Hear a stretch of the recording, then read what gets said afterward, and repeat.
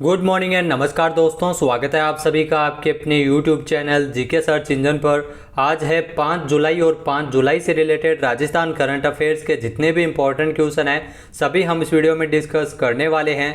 तो पूरा वीडियो बहुत ध्यान से देखना और वीडियो के एंड में मैं आपसे एक क्वेश्चन पूछूंगा जिसका आंसर आपको कमेंट बॉक्स में देना है। कल के वीडियो में मैंने आपसे क्वेश्चन पूछा था जो था हाल ही में राज्य विधिक सेवा प्राधिकरणों का 18वां अखिल भारतीय सम्मेलन कहां आयोजित किया जाएगा।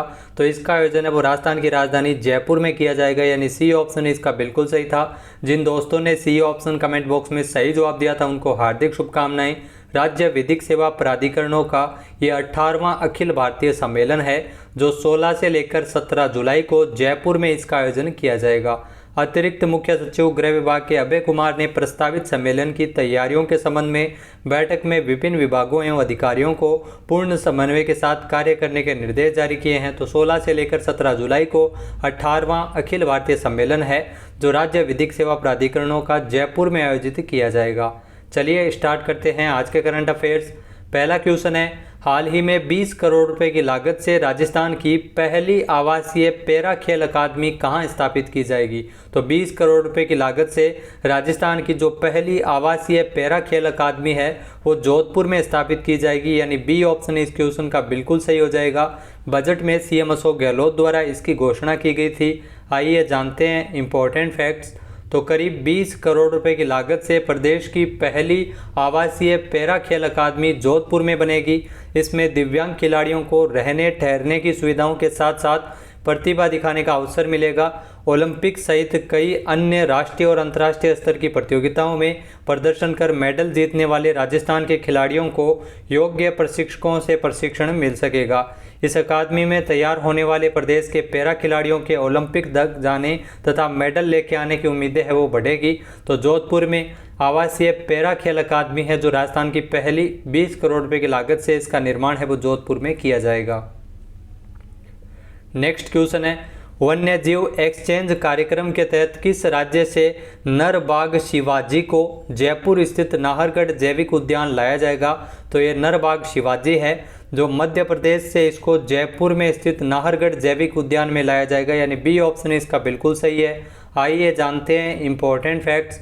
तो वन्य जीव एक्सचेंज कार्यक्रम के तहत मध्य प्रदेश के ग्वालियर चिड़ियाघर से नर बाघ को जयपुर में स्थित नाहरगढ़ जैविक उद्यान लाया जाएगा। जानकारी के अनुसार नर बाघ शिवाजी के बदले ग्वालियर के गांधी जूलॉजिकल पार्क को एक पेयर भेड़िए तथा एक पेयर इंडियन फॉक्स और एक लेपर्ड एक्सचेंज है वो कर दिया गया है। तो शिवाजी जो नर बाघ है तो जिसे जयपुर के नाहरगढ़ जैविक उद्यान में लाया जाएगा।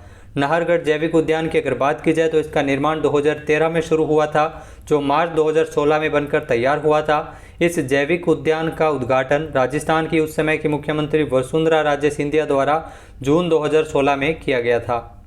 नेक्स्ट है, हाल ही में राजस्थान सरकार द्वारा हरिदेव जोशी नहर तंत्र के लिए कितने करोड़ रुपए स्वीकृत किए गए हैं।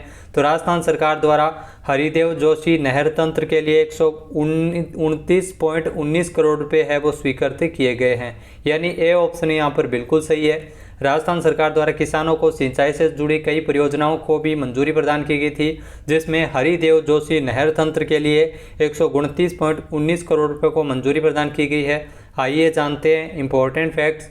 तो राजस्थान सरकार द्वारा हरिदेव जोशी नहर तंत्र के लिए 129.19 करोड़ रुपए स्वीकृत हुए हैं। राज्य सरकार द्वारा बताया गया है कि हरिदेव जोशी नहर तंत्र के लिए स्वीकृत 129.19 करोड़ रुपए से लगभग 12,891 हेक्टेयर जमीन में सिंचाई की दक्षता में वृद्धि की जाएगी। किसानों को सिंचाई के लिए जरूरत भर का पानी है वो मिल सकेगा। प्रस्तावित कार्य से बांसवाड़ा जिले के बागीदोरा विधानसभा क्षेत्र की आनंदपुरी तहसील तथा आसपास के सैकड़ों किसानों को इससे लाभ मिलेगा। हरिदेव जोशी नहर तंत्र जिसकी वितरण प्रणाली के तहत इसमें रोहनिया माइनर, छाजा माइनर तथा अंबादरा माइनर के साथ साथ 52 माइनर तथा इसमें कुल 270 किलोमीटर की लंबाई के मरम्मत कार्य है वो हरिदेव जोशी नहर तंत्र के तहत करवाए जाएंगे। 129.19 करोड़ रुपए इसके लिए मंजूरी प्रदान की गई है। नेक्स्ट है, हाल ही में राजस्थान के किस जिले की रूबल शेखावत को फेमिना मिस इंडिया 2022 का फर्स्ट रनर अप का खिताब मिला है। तो रूबल शेखावत है वो राजस्थान के जयपुर से संबंधित है जिन्होंने फेमिना मिस इंडिया 2022 में फर्स्ट रनर अप का खिताब जीता है, यानी सी ऑप्शन इसका बिल्कुल सही है। आइए जानते हैं इम्पोर्टेंट फैक्ट्स। तो राजस्थान की जो रूबल शेखावत है, जिनको फेमिना मिस इंडिया 2022 में फर्स्ट रनर अप का ताज है वो पहनाया गया था।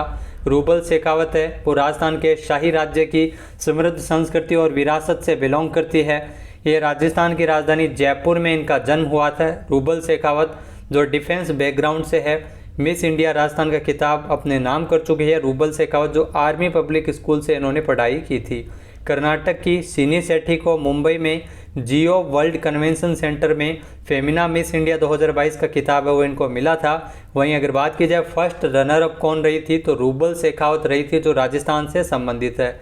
इस प्रतियोगिता में 31 प्रतिभागियों ने इसमें अलग अलग राज्यों से हिस्सा लिया था। नेक्स्ट है, अमृतसर जामनगर एक्सप्रेसवे राजस्थान के कितने जिलों से होकर गुजरेगा?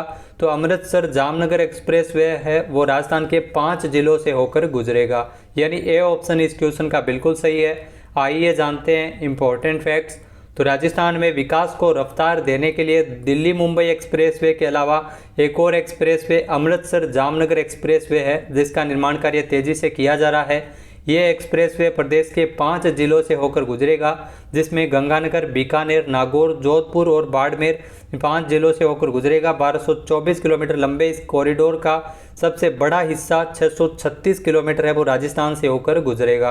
ये देश का दूसरा 6 लेन एक्सप्रेसवे है जिस पर इंटरचेंज या साइट के पास हेलीपैड बनाए जाने हैं। ये एक्सप्रेसवे देश के 7 राज्यों में, जिसमें रिफाइनरी को भी ये जोड़ेगा, 3 बड़ी रिफाइनरी और 3 पोर्ट को जोड़ेगा। एक ऐसा आर्थिक कॉरिडोर है जो देश की 3 रिफाइनरी, जिसमें पंजाब की बठिंडा और गुजरात की जामनगर और बाड़मेर राजस्थान की रिफाइनरी को आपस में जोड़ेगा।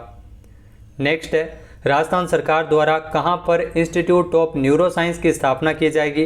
तो राजस्थान सरकार द्वारा राजस्थान में इंस्टीट्यूट ऑफ न्यूरो साइंस की स्थापना जोधपुर में की जाएगी, यानी बी ऑप्शन इसका बिल्कुल सही है। आइए जानते हैं इम्पोर्टेंट फैक्ट्स। तो राजस्थान के मुख्यमंत्री अशोक गहलोत द्वारा जो चिकित्सा महाविद्यालय जोधपुर में इंस्टीट्यूट ऑफ न्यूरो साइंस की स्थापना किए जाने के निर्देश जारी किए हैं, स्थापना की जाएगी। इसके लिए पदों जो न्यूरोलॉजी और न्यूरो सर्जरी सहित 3 विभागों में 141 नवीन पदों का सृजन है वो किया जाएगा। भवन निर्माण के लिए इसके लिए 77.31 करोड़ रुपए की राशि को मंजूरी प्रदान की गई है। तो ध्यान रखना, जोधपुर में इंस्टीट्यूट ऑफ न्यूरो साइंस की स्थापना की जाएगी। बजट में इसकी घोषणा है वो राजस्थान सरकार द्वारा की गई थी। नेक्स्ट है, हाल ही में राजस्थान में कहां पर व्यापार सुविधा केंद्र का उद्घाटन किया गया था?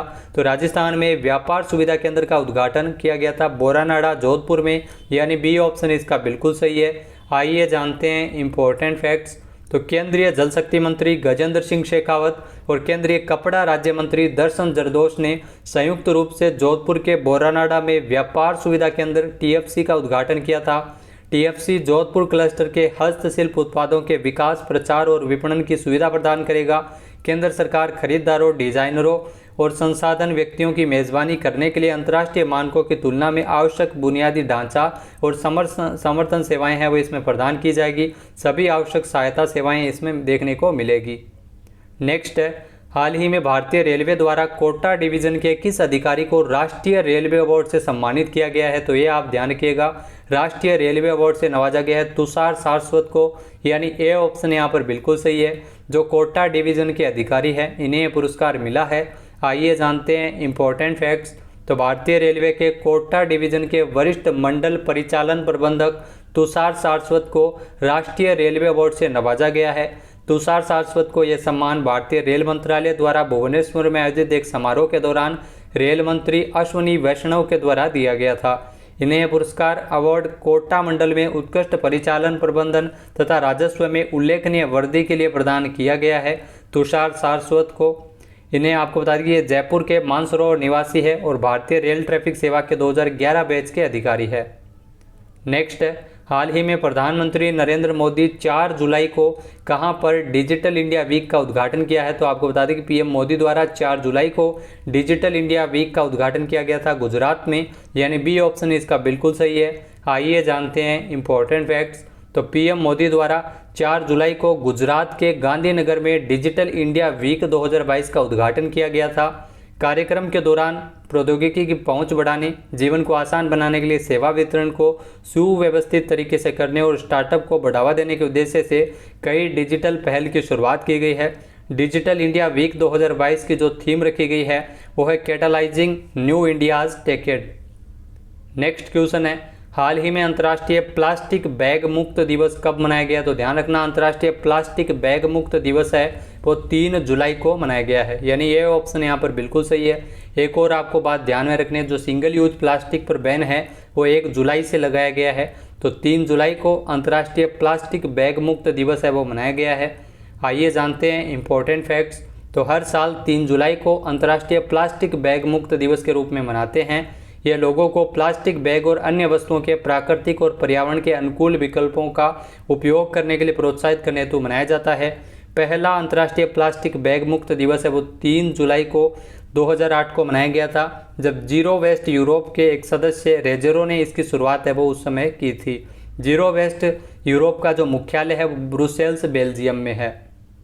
बात कर लेते हैं आज के हमारे क्विज की। तो आज का हमारा क्विज है, राजस्थान में राज्य निर्वाचन आयुक्त कौन है जिनका कार्यकाल 3 जुलाई को पूरा हो गया है? एक बार फिर से सुनिएगा, राजस्थान में जो राज्य निर्वाचन आयुक्त कौन थे जिनका जो कार्यकाल है वो 3 जुलाई को समाप्त हुआ है? इसका सही आंसर आपको कमेंट बॉक्स में देना है। और अगर ये वीडियो आपको पसंद आए तो इसे लाइक और शेयर जरूर कीजिएगा। साथ ही साथ हमारे चैनल को भी जरूर सब्सक्राइब करें। वीडियो की जो PDF फाइल है वो आप वीडियो के डिस्क्रिप्शन बॉक्स में टेलीग्राम चैनल का लिंक दिया हुआ होगा, जहां से आप डाउनलोड कर सकते हैं और इस क्वेश्चन का आंसर आप वोट करके भी कर सकते हैं। वीडियो देखने के लिए धन्यवाद। जय हिंद, जय भारत, जय राजस्थान।